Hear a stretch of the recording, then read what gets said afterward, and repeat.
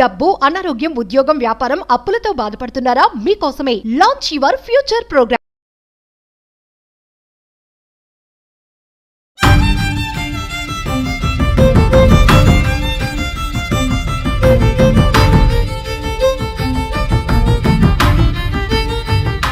Suman TV ప్రేక్షకులకి నమస్తే. Life జర్నీకి స్వాగతం. Sponsored by 6JVR. సౌత్ ఇండియాలోనే అతి తక్కువ ధరలకి రత్నాలను అందించే ఏకైక సంస్థ 6JVR. ప్రేమ చాలా గొప్పది, ఎంతో గొప్పది. ఎంతో మంది జీవితాలకి అసలైన పట్టే ప్రేమ. కానీ అదే ప్రేమ ఈ రోజులల్లా చాలా మందికి ఉరితాడవుతుంది. చాలా మందికి ఏదో అర్థం కాని ఒక పరిస్థితులకు పట్టుకుపోయి వాళ్ళ జీవితాన్ని సర్వనాశనం చేసి పాడిస్తుంది. కానీ దానికి కారణం ఏంది, ఎవరు అని అడిగితే ఎవరి దగ్గర కరెక్ట్ సమాధానం దొరుకుతలేదు. అలాంటి సమాధానం లేకుండా మీరన్నా నాకు చెప్పండి అంటూ సుమన్ టీవీ మెట్లెక్కింది జ్యోతి. అసలు ఏంది, ఏం జరిగింది, ఎవరిది అన్యాయం, ఎవరిది న్యాయం, ఈ ముచ్చట్నే మనం డిస్కస్ చేస్తాం. బట్ దానికన్నా ముందు ఇద్దరు పెద్దల సమక్షంలో ఈ సమస్యకి పరిష్కారం అనేది జరగాలి. కాబట్టి మన దగ్గర ఉన్నారు, మీ అందరికీ తెలుసు, సీనియర్ మోస్ట్ అడ్వకేట్ పూజారి నాగేశ్వరరావు గారు. సార్ నమస్తే. సార్, ఈరోజు మనతో పాటు మన ప్రోగ్రాంలో ఒక స్పెషల్ గెస్ట్. ఆవిడ బాపు గారి బొమ్మ. ఆవిడ చేసిన సినిమాలన్నీ కూడా ఫ్యామిలీకి ఎంత రిలేటివ్గా, ఎంత కనెక్టివ్గా ఉంటాయంటే ఆమె యాక్టింగ్ చూస్తేనే అరే ఇట్లుండాలి, హౌస్ వైఫ్ అంటే ఇట్లుండాలి.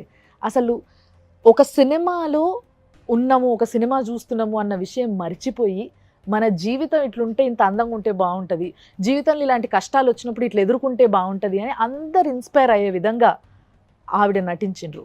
అంతేకాకుండా నిజ జీవితంలో కూడా ప్రతిదీ బ్యాలెన్స్ చేసుకుంటూ, ప్రతి దాంట్లో ఆవిడకంటూ ఒక స్టైల్ని చూయించుకుంటూ, ఆవిడ నిరూపించుకుంటూ ఇప్పటి వరకు చాలా సక్సెస్ఫుల్గా ముందుకు దూసుకుపోతున్న దివ్యవాణి గారి ఈ రోజు నుంచి మన స్పెషల్ గెస్ట్.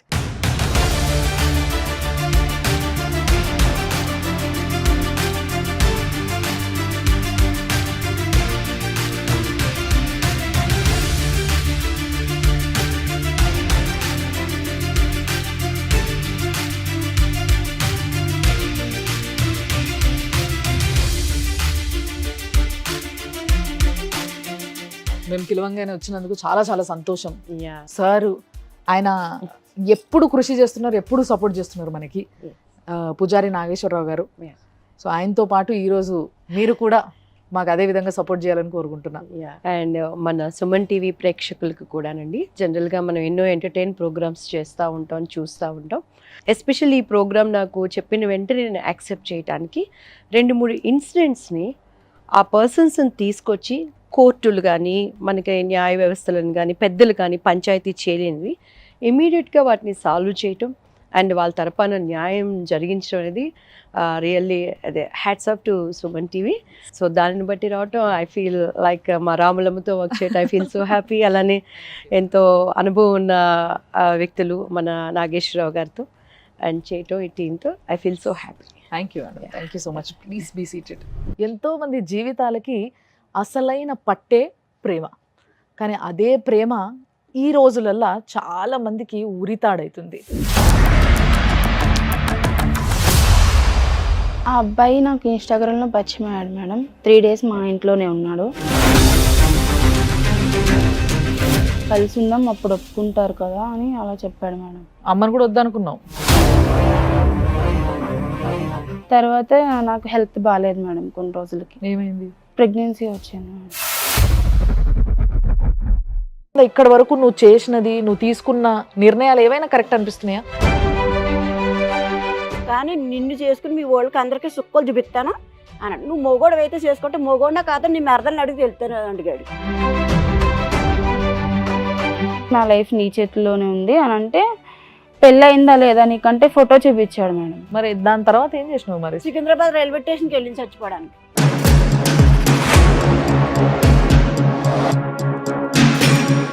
ఇప్పటికీ కూడా మేడం ఈ అమ్మాయి ఆ అబ్బాయి ఫోటోలు చూసుకుంటేనే బతుకుతుంది. కంప్లైంట్ చేసినావు? చేశాను మేడం. ఏ మహిళ అయినా పోలీస్ స్టేషన్కి వెళ్ళి నాకు అన్యాయం జరిగింది అంటే అది 3 సంవత్సరాల కంటే ఎక్కువ శిక్ష పడే అవకాశాలు కనుక ఉంటే irrespective of the situation, place, anything, they need to do the FIR in it. పెళ్లి కాకముందే ఇంత బెదిరించారు, ఇంక పెళ్లి అయితే అసలు బతకనిస్తారా? ఈ కథకి హీరో ఎవరు? కథ నడిపించింది ఎవరు? కథ నడిపించింది ఎవరా? కథ నడిపించింది ఎవరండి? నువ్వేమైనా నడిపించావు? నువ్వు డైరెక్షన్ ఇచ్చావా? మనం ప్రీమ్యాటల్ కౌన్సిలింగ్ అనేది భారతదేశంలో అత్యంత అవసరం. ఎందుకంటే ఉమ్మడి కుటుంబం అనే వ్యవస్థ నుంచి మనం న్యూక్లియర్ ఫ్యామిలీస్కి వచ్చేసినామండి. ఇప్పుడు తన మూగ బాధ చెప్పుకోలేదు. ఆ బాధని పంచుకోవడానికి అంతకుమించిన దారి లేదా అమ్మాయికి? నిమిషం నిమిషం వాడి గురించి ఆలోచించి జీవితం అంతా అంకితం చేసే ఆడపిల్లలు ఆలోచించండి. ఎవరిని పెళ్లి చేసుకుంటున్నాం, ఎవరితో ఉంటున్నాం, ఎందుకు ఉంటున్నాం, వాడికి కూడా అలాంటి కమిట్మెంట్ వాడి వైపు నుంచి ఉందా? మన పైన ఉండాలి. ఎందుకు ఉండదు? అదే నా ప్రశ్న.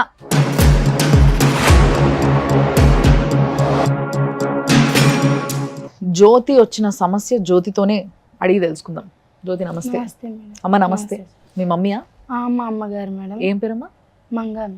సో జ్యోతి చెప్పు, ప్రేమించినా మోసపోయినా అన్నావు, అసలు ఏం జరిగింది? ఆ అబ్బాయి నాకు ఇన్స్టాగ్రామ్లో పరిచయం అయ్యాడు మేడం. కొన్ని రోజులు మెసేజ్ చేశాడు. అలా కొన్ని రోజులు మెసేజ్ చేసుకున్న తర్వాత కలుద్దాం అన్నాడు. కలుద్దామంటే మేము ఆంధ్రాలో ఉంటాం మేడం, కాకినాడ మా ఊరు.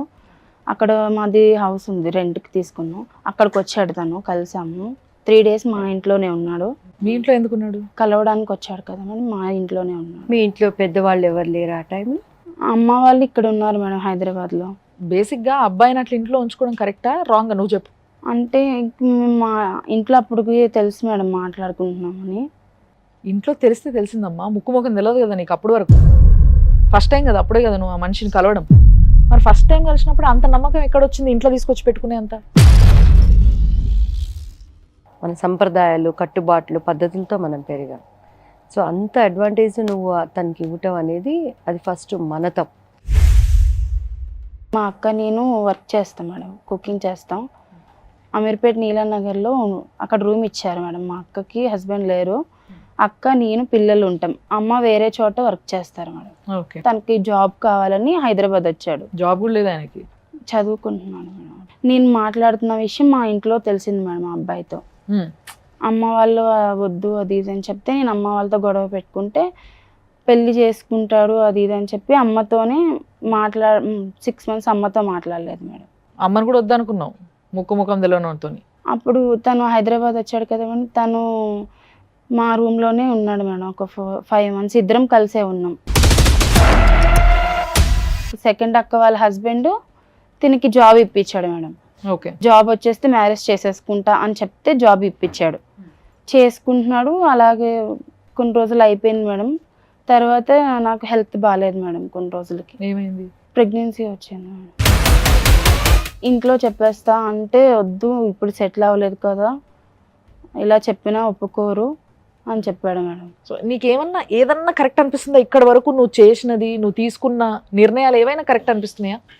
నా మీద నమ్మకం లేదా, ఇన్ని రోజులు ఉన్నావు కదా, కలిసి ఉందాం, అప్పుడు ఒప్పుకుంటారు కదా అని అలా చెప్పాడు మేడం. దాన్నే ప్రేమ, గుడ్డి ప్రేమ. గుడ్డి ప్రేమ. కాకినాడ వచ్చాను మేడం. ఆ టాబ్లెట్లు వేసుకున్న తర్వాత నాకు హెల్త్ బాగాలేదు, అంటే బ్రెయిన్ మీద ఎఫెక్ట్ వచ్చింది మేడం. బ్రెయిన్లో వాటర్. అబార్షన్కి టాబ్లెట్స్ వేసుకుంటాను. అప్పుడు తెలిసిందా మీ మమ్మీ వాళ్ళకి? అప్పుడు చెప్పలేదు మేడం నాకు. అప్పుడు కూడా చెప్పలేదు. ఆ పిల్లోడు ఏమన్నాడు? ఆ టైంకి వచ్చి నీ దగ్గర ఉన్నాడా? చూడ్డానికి వచ్చాడు అంతే మేడం ఒకసారి. వాళ్ళ అమ్మ వాళ్ళు కానీ వాళ్ళ పేరెంట్స్ ఎవరితో నువ్వు ఎప్పుడైనా మాట్లాడావు? వాళ్ళ చెల్లితో మాట్లాడేదాన్ని మేడం. వాళ్ళ చెల్లికి తెలుసు మీ ఇద్దరి గురించి? తెలుసు మేడం. నువ్వు ఎప్పుడన్నా అడిగినావా? మరి ఇప్పుడు ఆల్రెడీ ఒకసారి కడుపు వచ్చింది, తీయించుకున్నావు, దానికి సైడ్ ఎఫెక్ట్స్ దాని ఏవైతే ప్రాబ్లమ్స్ రావాలో అవి వచ్చినాయి. అట్లీస్ట్ అప్పుడైనా పిల్లగానితోని మరి మీ ఇంట్లో మాట్లాడు పెళ్లి చేసుకుందామని అడిగినావా? అడిగితే ఎప్పుడు జాబ్ రాలేదు కదా, ఇప్పుడు చెప్తే ఒప్పుకోరు మా నాన్న కూడా, నేను సెట్ అవ్వాలి అని.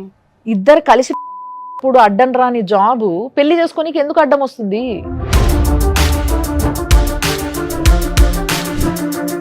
సెకండ్ అక్క వాళ్ళ మ్యారేజ్ అయింది మేడం.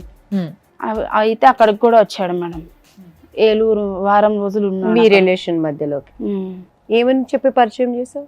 అది చేసుకునే అబ్బాయి అనే అందరికీ తెలుసు. ఇంకా మీ మమ్మీకి తెలియదా? అమ్మకి తెలుసు మేడం, మాట్లాడట్లేదు 6 months వీళ్ళు మాత్రం నాతో మాట్లాడలేదు మేడం. నేను ఫస్ట్లోని అబ్బాయి వెనకాల తిరగ, అబ్బాయి కరెక్ట్ కాదంటే నీకు ఎందుకు నన్ను చేసుకుంటాడు పెళ్ళి. కాదమ్మా, మీరు కూడా ఒక్క విషయం చెప్తా నేను. ఆడపిల్ల సరే తెలుసో తెలియకో ఏదో చేసింది, తెలిసే చేసింది, కానీ నేను చెప్తే వినలేదని చెప్పి మీరు మాటలు బంద్ చేస్తే బిడ్డ జీవితం మంచిగా అవుతుంది. ఈ రోజు ఎవరు ఉన్నారు పక్కన? నేను ఎన్నిసార్లు చెప్పినా కానీ మేడం నాకు అసలు ఈ విషయాలు ప్రెగ్నెంట్ విషయాలు అసలు తెలియదు మేడం. మొన్న ఈ 6 గంటలకు వెళ్ళిపోతుంది డ్యూటీకి. ఇప్పుడు ఎందుకు జ్యోతిని ఇప్పుడే డ్యూటీకి వెళ్తున్నావు అంటే లేదు బేరమ్మన్నారు అనేసి వెళ్ళిపోయింది. అప్పుడు వీళ్ళు 2వ అక్కకి మెసేజ్ పెట్టిందంట, నేను ఇంక లేను మీకు మర్చిపోండి నన్ను, మీ సెల్ ఇంక కనపడదు అని మెసేజ్ పెట్టింది. నాకు ఫోన్ చేసింది, అమ్మ సెల్ ఎక్కడ ఉందంటే వంటకి వెళ్ళిందమ్మా అన్నాను నేను. అంటే వంటకి వెళ్ళలేదు, ఆమె ఎక్కడికి వెళ్ళిపోయింది ఇంట్లోంచి బయటకు అని. తన మెసేజ్లోని లింగంపల్లి రైల్వే స్టేషన్ యానివర్సరీ వినబడ్డది దానికి. వినబడితే అమ్మ పిల్ల రైల్వే స్టేషన్లో ఉంది మనం పోదావరా అంటే ఆటో బుక్ చేయించుకుని అప్పటికప్పుడు లింగంపల్లి వెళ్ళాం madam.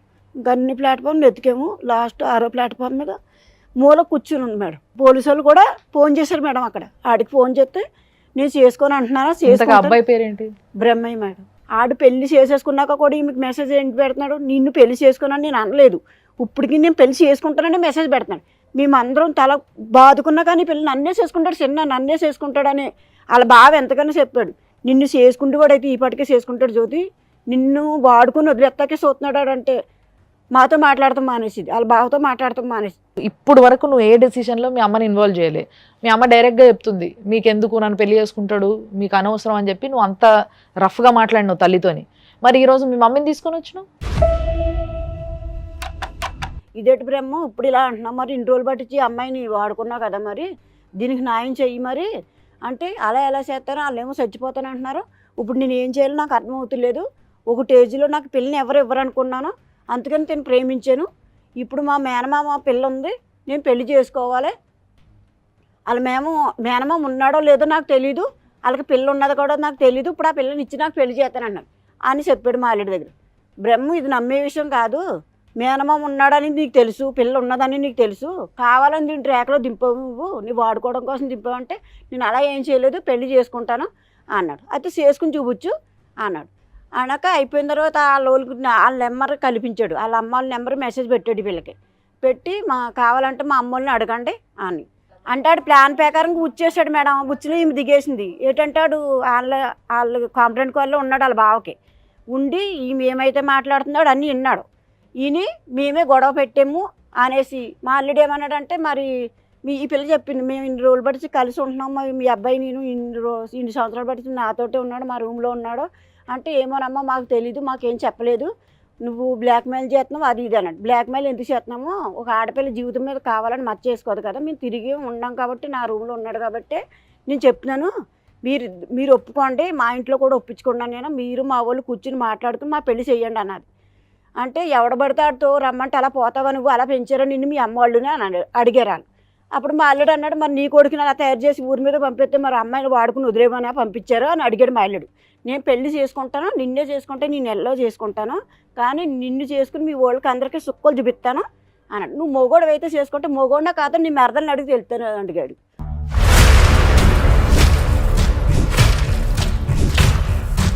Madam, out of me experience ఇలాంటి కేసెస్ ఎన్నో ఉంటాయి. ఇక్కడ అమ్మాయికి తెలుసు తను చేస్తున్నది తప్పు అని, తల్లికి తెలుసు అమ్మాయి చేస్తున్నది తప్పు అని, ఆపాల్సిన బాధ్యత ఆమె పైన ఉంది కానీ ఆపలేకపోయింది. తల్లి చెప్తున్నది కరెక్టే కానీ రేపు నేను మోసపోతానా, నేను గడ్డ కొడతానా అన్న విషయం ఈమెకు కూడా తెలియదు పాపం. ఆ డైలమోలోనే చాలా తప్పులు జరిగిపోయినాయి. సో ఇప్పుడు అవతల వ్యక్తి నిజంగా ఈ అమ్మాయిని చేసుకోవాలి అనుకున్నవాడైతే 1000 కత్తులు పెట్టినా కూడా నేను ఇష్టపడ్డానని చేసుకోవాలి. సో తను ఎంజాయ్ చేశాడు, వదిలిపెట్టి చేసుకోవాలి, ఇంకొకటి కొత్తది అనే ఉద్దేశంతో ఉన్నాడనేది అందరికీ అర్థమవుతుంది మనకి ఇక్కడ. కానీ ఇప్పుడున్న యువత కానీ లైక్ ఒక కేటగిరీస్తో సంబంధం లేకుండా ఎప్పుడు మన కంట్రోల్లో మనం ఉండాలి. అండ్ పేరెంట్స్ పెళ్ళి అయిన తర్వాత కూడాను మన పిల్లల్ని మనం శక్తి ఉన్నంత వరకు బాధ్యత తీసుకోవాల్సిన అవసరం కన్నవాళ్ళ మీద ఎప్పుడు ఉంటుంది. ఇప్పుడు పెళ్ళి ఎన్ని రోజులు అవుతుందండి మా అబ్బాయికి? అమ్మ ఏప్రిల్ 13వ తారీఖున అయింది మేడం వాడు పెళ్ళి. పోలీస్ స్టేషన్లో పోలీసులు ఫోన్ చేస్తుంటే రావట్లేదు ఏంటి అంటే కొత్తగా పెళ్ళి అయింది కదా సార్ మనం పంపించట్లేదు అని అన్నారు. కంప్లైంట్ చేసినాను? చేశాం మేడం. ఫైల్ అయిందా? మా అబ్బాయి వచ్చాక చేస్తామని చెప్పారు, ఫైల్ చేస్తాము కంప్లైంట్ అని. 3 days వెళ్ళాం మేడం. వెళ్తే తను 3 days తర్వాత వచ్చాడు. వస్తే ఒకరు మాట్లాడాడు, ఫస్ట్ మా ఇద్దరిని మాట్లాడుకోమని కలవాలని మెసేజ్ పెట్టాడు మేడం. కలవాలని మెసేజ్ పెడితే మెసేజ్ పెట్టాడు అన్నది, నువ్వు పోవద్దు జ్యోతి, మనం ఆల్రెడీ కంప్లైంట్ ఇచ్చాం కాబట్టి కంప్లైంట్ కాడికి కలుసుకుందాం, అక్కడ కలుసుకుందాం, మనం మెసేజ్ పెట్టుగా నువ్వు వెళ్ళొద్దంటే, నేను ఆ రోజు శనివారం ఇలా పడుకున్నాను, ఈమె పెరిగి ప్యాకెట్ తెచ్చింది, అన్నం తిందామన్నది, ఈ లోపల చెత్త పాడేసి వస్తాననేసి నన్ను ఇంట్లో పెట్టేసి తొలిపేసి ఆడ మెసేజ్ చేయగానే వెళ్ళిపోయింది ఆడి దగ్గరికి. పెళ్ళయిందని తెలిసి కూడా మళ్ళీ మీ మమ్మీని ఇంట్లో వేసి గుళ్ళం పెట్టి మరిపోయినావు. ఏంది ధైర్యం ఏంది అసలు నీకు? మాట్లాడదాము అని అంటే వెళ్ళాను మేడం. అక్కడ ఇంకేంటి అనొచ్చుగా, ఇంకేంట్రా ఎదవా పెళ్లి చేసుకున్నావు? మా ఇంట్లో వాళ్ళు బలవంత పెట్టి చేసేసారంటే ఇప్పుడు నాకు తెలియదు, ఇప్పుడు మీ ఇంట్లో వాళ్ళకి కూడా నేను చెప్పాను కదా, మాట్లాడాను కదా, పోనీ మీ ఇంట్లో వాళ్ళకి తెలియపోతే అనుకోవచ్చు, తెలుసు కదా. మరి ఏంటంటే వాళ్ళ చెల్లి వాళ్ళు వచ్చి ఇప్పుడు కాంప్రమైజ్ అయిపో ఏదో ఒకటి అని అంటున్నాడు మేడం. అయితే నేను అవ్వను, నువ్వు ఇప్పుడు నా లైఫ్ ఇలా చేసావు కదా, నన్ను చేసుకుంటావా, లేకపోతే ఆ అమ్మాయి వాళ్ళకి తెలియదు, నువ్వు గొడవ చేస్తే నన్ను చితక్ కొట్టేస్తారు, చంపేస్తారు, నువ్వే అర్థం చేసుకో, నా లైఫ్ నీ చేతిలోనే ఉంది అని అంటే, పెళ్ళయిందా లేదా నీకంటే ఫోటో చూపించాడు మేడం. బేసిక్గా ఒక ఎథిక్స్ లేని వ్యక్తిని గుడ్డిగా నమ్మినావు నువ్వు, అర్థమైందా నీకు? మరి దాని తర్వాత ఏం చేసినావు? మరి సరే ఓకే నేను సైలెంట్ ఉంటాలే ఇల్లు అన్నావా? సికింద్రాబాద్ రైల్వే స్టేషన్కి వెళ్ళి చచ్చిపోవడానికి. నువ్వు నీ జీవితంలో తీసుకున్న ప్రతి డెసిషన్ తప్పు, మళ్ళీ లాస్ట్కి చచ్చిపోవడం. ఎవరిచ్చారు నీకు హక్కు? ఇన్ని చేసిన తర్వాత ఇంకేం బతుకుండి ఎందుకు మేడం? ఇన్ని చేసినాక బతుకుండి ఏంది అని అంటే ఏందమ్మా? నువ్వు బతుకున్నప్పుడు ఏం చేసినావు వాటిని మళ్ళీ నువ్వు రెక్టిఫై చేసుకోవాలి కదా. నీకు ఇంకా అతని మీద మనసు ఉందా, చేసుకోవాలని ఉందా? ఇప్పటికీ కూడా మేడం ఈ అమ్మాయి ఆ అబ్బాయి ఫోటోలు చూసుకుంటేనే బతుకుతుంది, మా లోకంలో అసలు ఉండలేదు.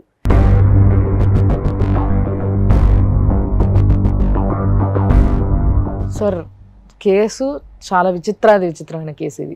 అంటే బేసిక్గా ఇలాంటివి చాలా జరుగుతాయి, కానీ ఎక్కడో ఒక దగ్గర దానికి సొల్యూషన్ ఉంటుంది. ఈ పిల్ల వల్ల ఇంట్లోకి టార్చరే, ఆ పిల్ల టార్చరే పడుతుంది. ఇప్పుడు ఈ షో ద్వారా మనం అందరికీ చెప్పాల్సిన, ఇప్పుడున్న యూత్కి చెప్పాల్సిన విషయం ఏంటి అంటే, ఈ ప్రేమ పేరుతోని, అంటే ఇప్పుడున్న టెక్నాలజీ వల్ల ఈ ప్రేమలో పడటం అనేది, లేకపోతే కాంటాక్ట్లోకి రావడం అనేది చాలా ఈజీ అయిపోయింది. ప్రేమే జీవితం అనుకుంటాం ప్రేమలో ఉన్నప్పుడు, కానీ ప్రేమ అనేది జీవితంలో ఒక భాగం మాత్రమే. అది సరే యుక్త వయసులో ప్రేమలు ఇవన్నీ జనరల్గా కామన్ ఉన్నా కూడా ఫస్ట్ మీరు పోరాటం నేర్చుకోవాలా, పోరాడే విధానాన్ని నేర్చుకోవాలా. సో బ్రేకప్ అనేది ఒక పీరియడ్ ఉంటుంది, అది డిప్రెషన్లో కంపల్సరీ ఉంటారు వాళ్ళు. సో కౌన్సిలింగ్ ద్వారానే డిప్రెషన్ నుంచి బయటకు వస్తారు తప్ప దానికి వేరే ఆప్షన్ లేదు. మీరు కంప్లైంట్ ఇచ్చిన తర్వాత మీకు కాంటాక్ట్లోకి వచ్చాడా, కంప్లైంట్ ఇవ్వకముందు కాంటాక్ట్ వచ్చాడా? సో మీకు కంప్లైంట్ ఇచ్చే టైంకి అతనికి పెళ్ళైందనే విషయం మీకు తెలియదు. సో ఫోన్ చేసి ఉన్న తర్వాత వాళ్ళు అప్పుడు కేసు అవుతుంది అని వీళ్ళు పోలీసులు చెప్పడం కానీ, లేకపోతే ఈమె పోలీస్ స్టేషన్కి వెళ్ళింది కాబట్టి అక్కడ పెళ్ళైన అమ్మాయికి తెలిస్తే ఇజ్జత్ పోద్దు అనే ఉద్దేశంతో ఫస్ట్ ఏమైనా కాంటాక్ట్ చేసి ఉండొచ్చు.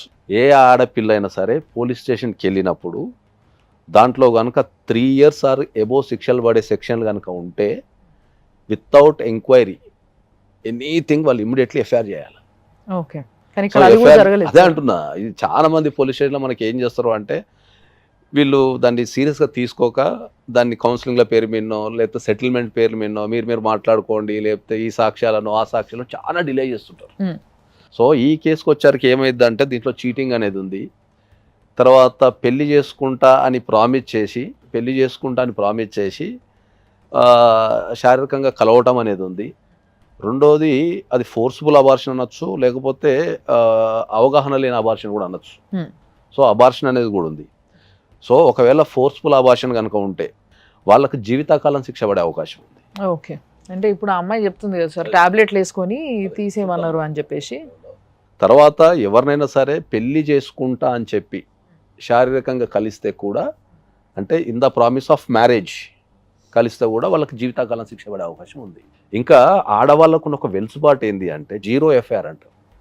సంఘటన ఎక్కడ జరిగినా సరే వాళ్ళు నివసించే ప్లేస్లో ఎఫ్ఐఆర్ చేస్తారు. ఓకే, ఏ మహిళ అయినా పోలీస్ స్టేషన్కి వెళ్ళి నాకు అన్యాయం జరిగింది అంటే అది 3 సంవత్సరాల కంటే ఎక్కువ శిక్ష పడే అవకాశాలు కనుక ఉంటే, irrespective of the situation, place, anything, they need to do the FIR immediately. Okay.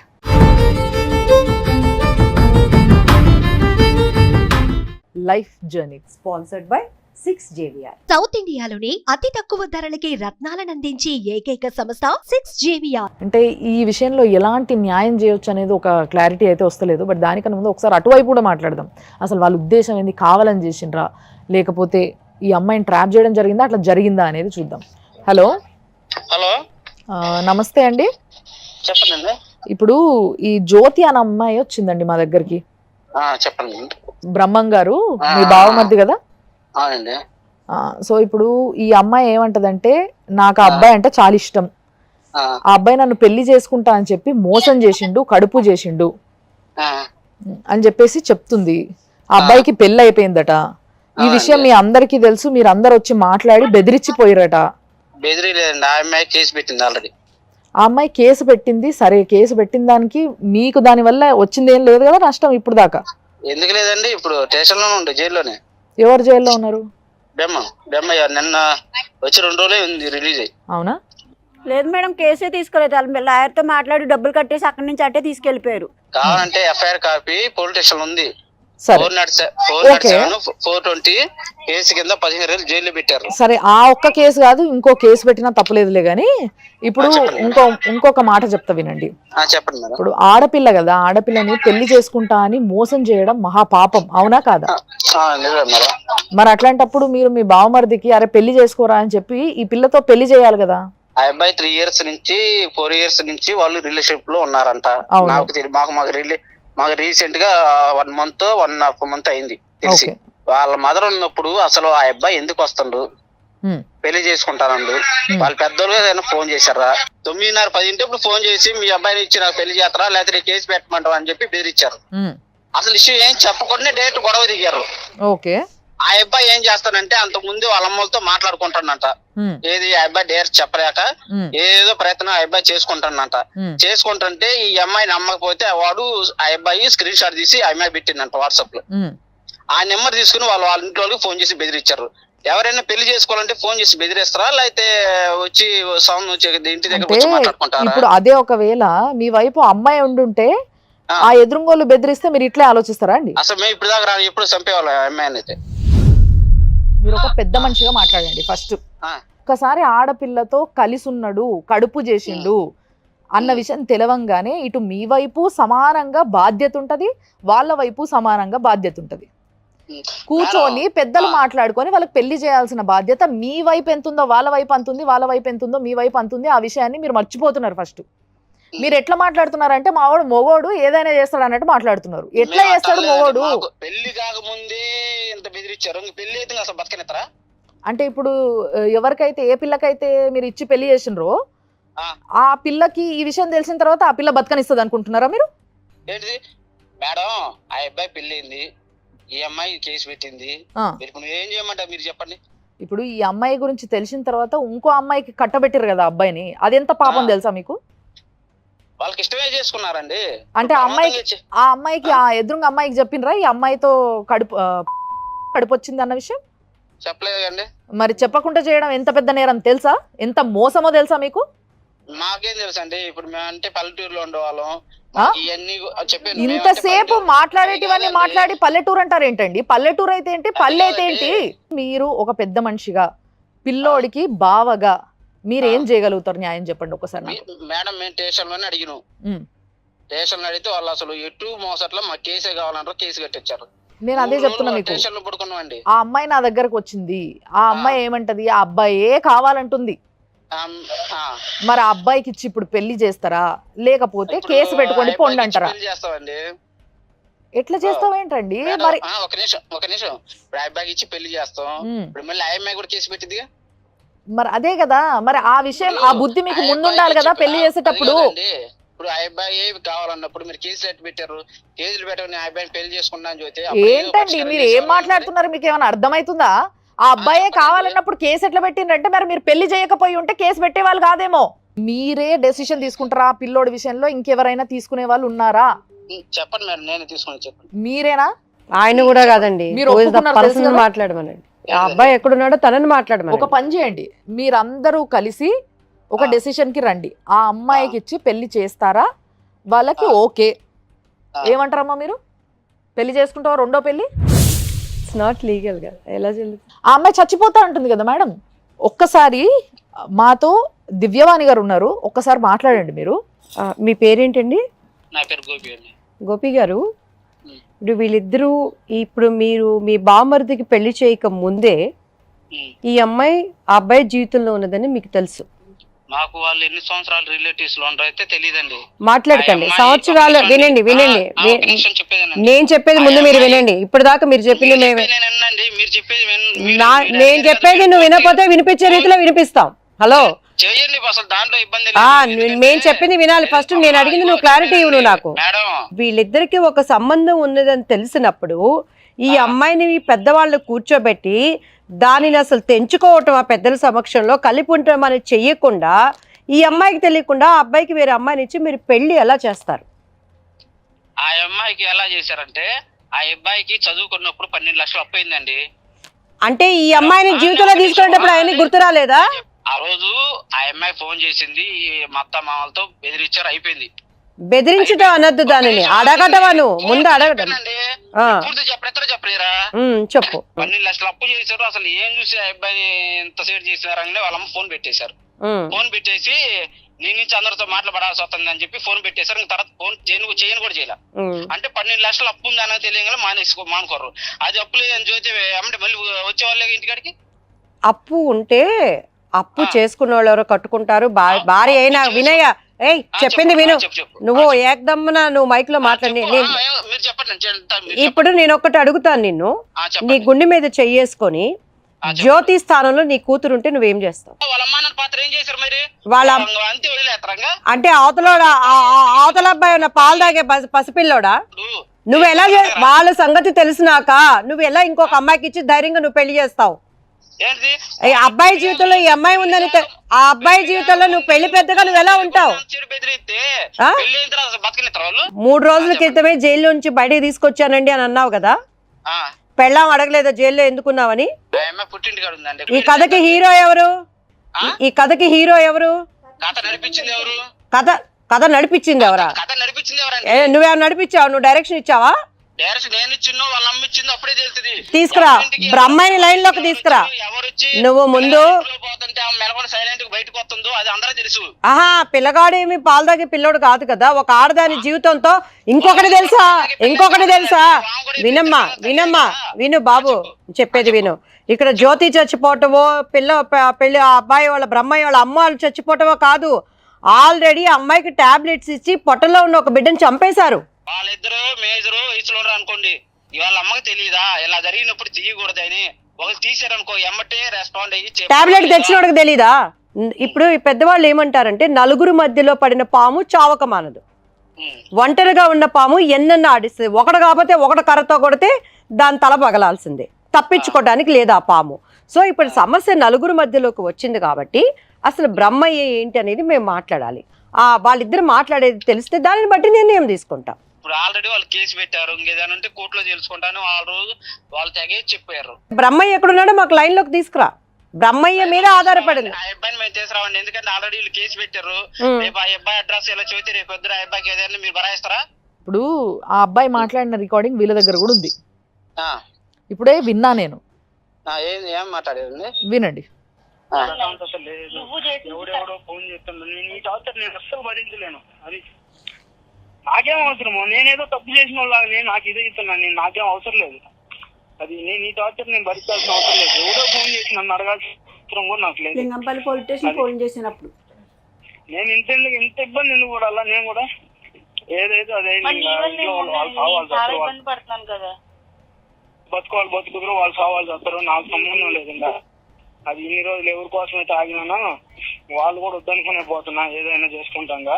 చూసిండ్రా క్లియర్ గా ఏమంటున్నాడు, అర్థమైందా మీకు? ఒక నిమిషం మేడం, అది విన్నారు కానీ దానికి ముందు వాళ్ళ పేరెంట్స్ తో మాట్లాడింది కూడా తీపియానండి.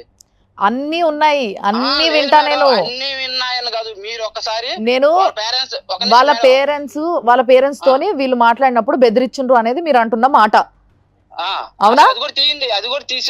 అది కూడా వినిపిస్తా. బెదిరించిండ్రు, బెదిరిస్తారు కూడా. ఎందుకు ఇయ్యరు? అమ్మాయిని పెళ్లి చేసుకోవడానికి ఒప్పుకోకపోతే కడుపు చేసిన తర్వాత బెదిరించరా? ఒక నిమిషం ఆగు. అసలు పెళ్లి చేసుకోవడానికి ఇవన్నీ కారణాలు అవి కాదు. ఆ అమ్మాయి ఫోన్ చేసి బెదిరేయడం వల్ల వాళ్ళ అమ్మ నాన్న భయపడి అప్పుడప్పుడు పెళ్లి చేశారు. మీరు మాట్లాడేదంతా ఎట్లుంది తెలుసా? ఒకవేళ ఆ అబ్బాయి కడుపు చేసి వెళ్ళిపోయినా కూడా అమ్మాయి వాళ్ళు కాళ్ళు వేళ్ళు బతిల్లాడుకొని పట్టుకొని పెళ్లి చేసుకోవాలని మీరు అంటారు.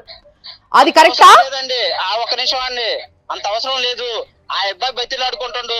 వీళ్ళు ముక్కు మొహం వీళ్ళ పేర్లు వాళ్ళ అమ్మ నాకు తెలీదు.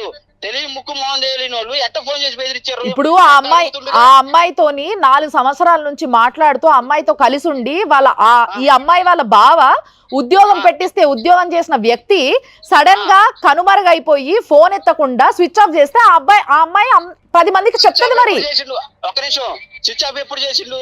ఈ అమ్మాయి వాళ్ళు ఫోన్ చేసి గొడవ చేసిన తర్వాత, ఈ అబ్బాయి ఫోన్ చేసిన తర్వాత కూడా ఆ అబ్బాయి మళ్ళీ వాళ్ళ ఇంటికి పోయిండు. అసలు దానికి ముందేం జరిగింది? పెళ్లి చేసుకోమని అడిగినరు. పెళ్లి చేసుకోమని అడిగితే పెళ్లి చేసుకోవడానికి సరే నువ్వే కావాలంటే మా ఇంట్లో అమ్మ వాళ్ళతో మాట్లాడుకో అని అంటే వాళ్ళు ఒప్పుకోవట్లేదని చెప్పిండు ఆ పిల్లోడు. వాళ్ళు ఒప్పుకోవట్లేదు, చచ్చిపోతాం అంటున్నారు అని చెప్పిండ్రు. సరేనండి, ఇప్పుడు ఏం చేయమని చెప్పండి, నాకు అవతల పని ఉంది. మీరు 10 సార్లు మీరు మాట్లాడాల్సింది మాట్లాడి పనుంది అని మరి మీరు ఎందుకు ఇరికారండి? మీకు అంత పని ఉన్నాడు, అంత బిజీ అయినప్పుడు మీరు ఎందుకు ఇరికిండ్రు ఇలా? ఆ బ్రహ్మం గారి నంబర్ చెప్పండి ఫస్ట్ నాకు. చెప్పండి. ఎందుకు చెప్పరు? ఎందుకు కాపాడుతున్నారు మరి మీరు? ఏంటి అయ్యేది? మేము సెక్యూరిటీ ఇస్తాం. ఏంటిది? మేము సెక్యూరిటీ ఇస్తాము. ఏమి ఇస్తారు? దానికి మాకు కాగితం రూపాయలు రాసి రాసిస్తాం. రాసిచ్చిన తర్వాతనే ఆ అబ్బాయితో మాట్లాడతాం. సరే, రాసి ఇచ్చిన తర్వాత నేను కూడా ఇస్తా. ఇప్పుడు ప్రతిదీ కూడా రికార్డ్ అయింది, ఉంచుకోండి. ఇది మీరు రికార్డింగ్ చేసుకోండి. ఏదైనా మేము మాటలు చేయాలా, మానభంగాలు చేయాలా? ఇప్పుడు మానభంగమే చేసింది మీ ఓడు మానభంగం చేసిండు. కడుపులో ఉన్న పిల్లని మర్డర్ కూడా చేసిండు. మానభంగం చేయడానికి అది ఇద్దరు కళ్ళు ఇష్టం చేసుకుంది. అది ఒకటి వల్ల ఇష్టం. మరి వాళ్ళిద్దరే మాట్లాడుకుంటారు. నంబర్ ఇచ్చేయండి అంటున్నా. అందుకే నేను ఇవ్వనండి. ఓ పని చేయండి, మీరు ఆయనను కాన్ఫరెన్స్ లో పెట్టండి, నేను వెయిట్ చేస్తా. ఏది? ఈ నెంబర్ తో మీరు ఫోన్ చేయండి ఆయనకి, కాన్ఫరెన్స్ పెట్టండి. సరే. హలో, స్విచ్ ఆఫ్ వస్తుందండి నెంబరు. ఇప్పుడు వరకు జరిగిందంతా ఒక ప్రోగ్రామ్ కింద మేము మొత్తం కూడా షూట్ చేయడం జరిగింది. ఇది టెలికాస్ట్ జరుగుతుంది. సరే, మరి చేసిన తర్వాత అప్పుడు మీరు భరించాల్సింది భరించాలి. ఇప్పుడు వరకు మేము భరించినాం అంటున్నారు కదా, అప్పుడు మీరు భరించాల్సింది భరించాలి. ఓకే?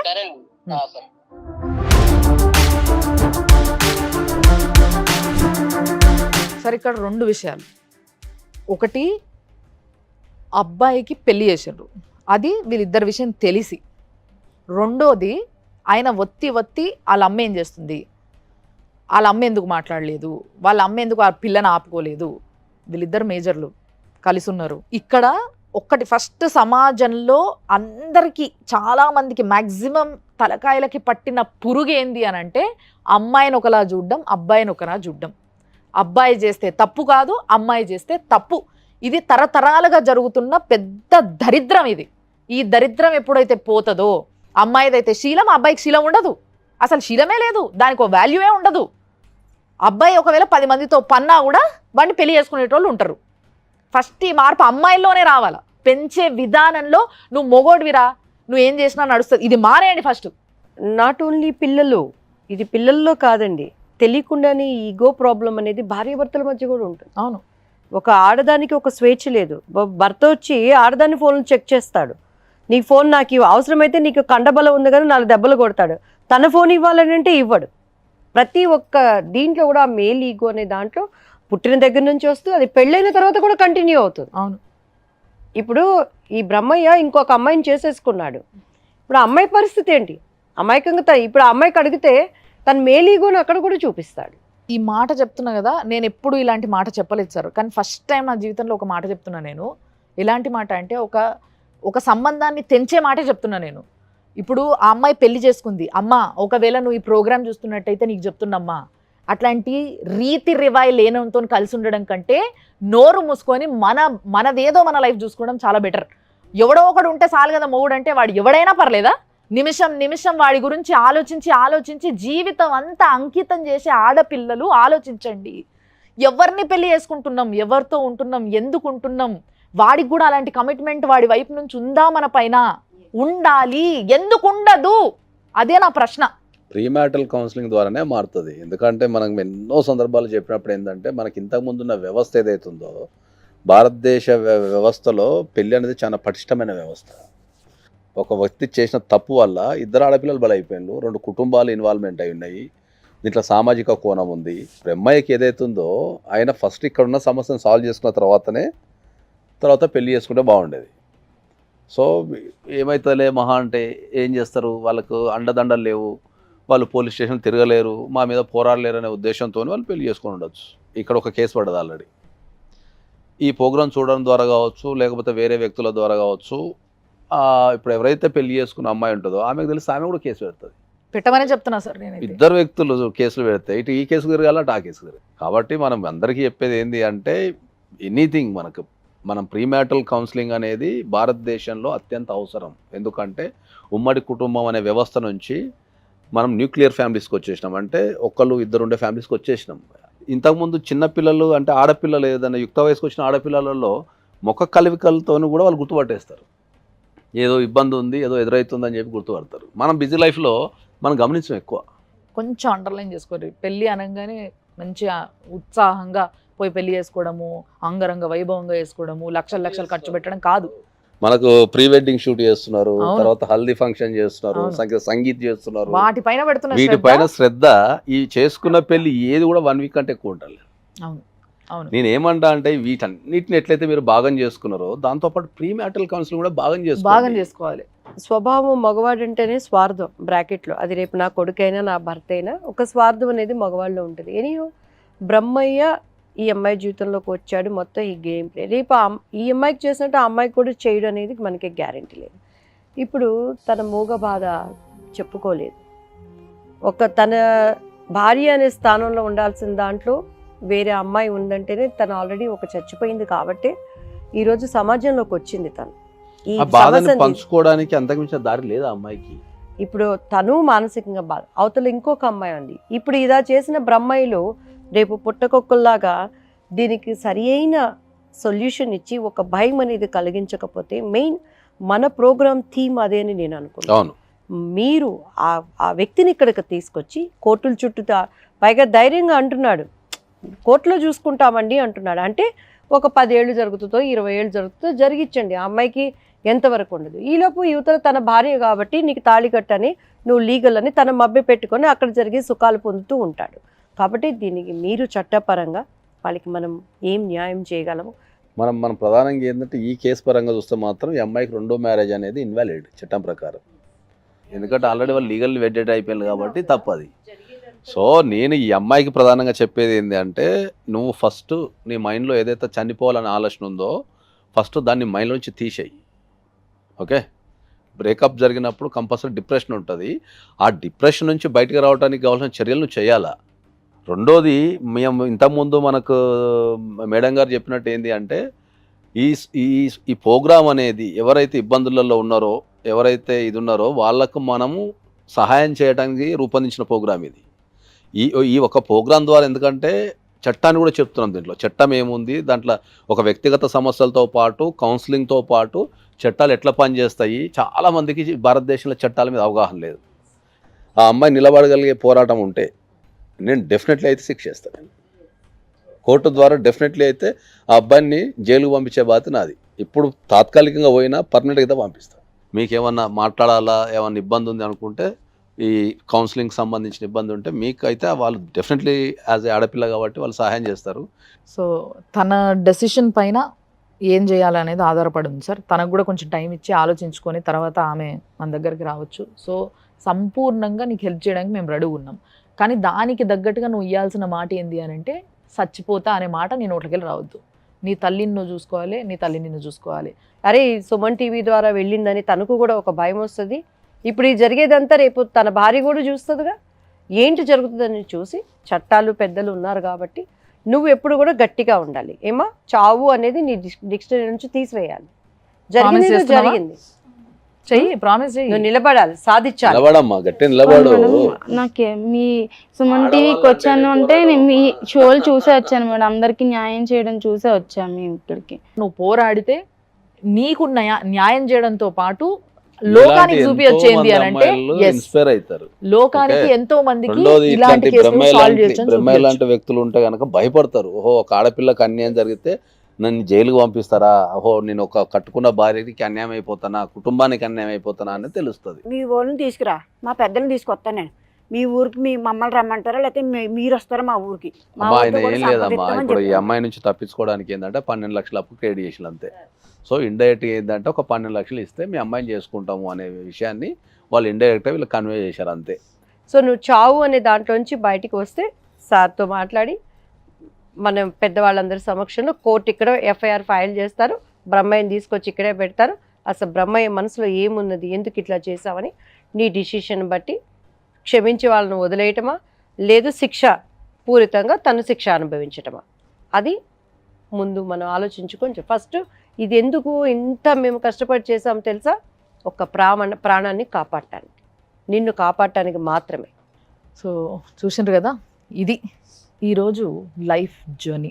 కాబట్టి ఇలాంటివి ఎన్నో సమస్యలు మీరు ఎదుర్కొంటూ ఉంటారు. ప్రతి సమస్యకి ఒక సొల్యూషన్ ఉంటుంది. సావు అనేది ఒక్కటి సొల్యూషన్ కాదు. అక్కడితోని ఎన్నో ప్రాబ్లమ్స్ ఇంకా రెట్టింపు అయితే తప్పితే అక్కడి నుంచి ఆ ప్రాబ్లం ఎండ్ అయిపోతుంది, నాతోనే నా ప్రాబ్లం చచ్చిపోతుంది, అసలు ఎవరికే బాధ ఉండదు. ఇది బంద్ చేయండి. మనం సచ్చేటందుకు కాదు దేవుడు పుట్టించింది, తల్లిదండ్రి కష్టపడి కన్నది, ప్రేమించి మనని పెంచుకున్నది. ఒకసారి ఆలోచించండి. ప్రతి ఒక్క అమ్మాయికి కానీ అబ్బాయికి కానీ చెప్తున్నా. ఇంకొక విషయం ప్రతి ఒక్కరికి డీటెయిల్గా చెప్పాలనుకున్నది ఏంటంటే, ఈరోజు జ్యోతి ప్లేస్లో ఒక అబ్బాయి ఉన్నా కూడా ఆ అబ్బాయి తరఫున ఇట్లే వాదించేటోళ్ళం, ఇట్లే మాట్లాడేటోళ్ళం. ఎందుకంటే అబ్బాయి అయినా అమ్మాయి అయినా సమానమని ఏ మాట అయితే అంటున్నామో వీళ్ళు ప్రతిదీ కూడా వీళ్ళకి సమానంగానే వర్తించాలి. కాబట్టి రేపటి రోజు ఒక అబ్బాయి వచ్చి ఇట్లా అమ్మాయి మోసం చేసింది అన్నా కూడా ఇదే జరుగుతుంది, ఇట్లే జరుగుతుంది. ఈ విషయాన్ని అందరూ గుర్తుపెట్టుకోవాలని నేను మనస్ఫూర్తిగా కోరుకుంటున్నా. చూస్తూనే ఉండండి సుమన్ టీవీలో 6 JVR జమలాపురం వారి రత్నాంజలి సమర్పించు లైఫ్ జర్నీ.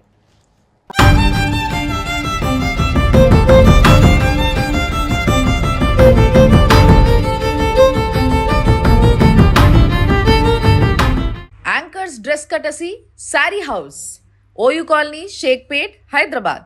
సుమన్ టీవీలో మీ పర్సనల్ అండ్ బిజినెస్ ప్రమోషన్స్ కోసం కింది నెంబర్కి కాంటాక్ట్ చేయండి.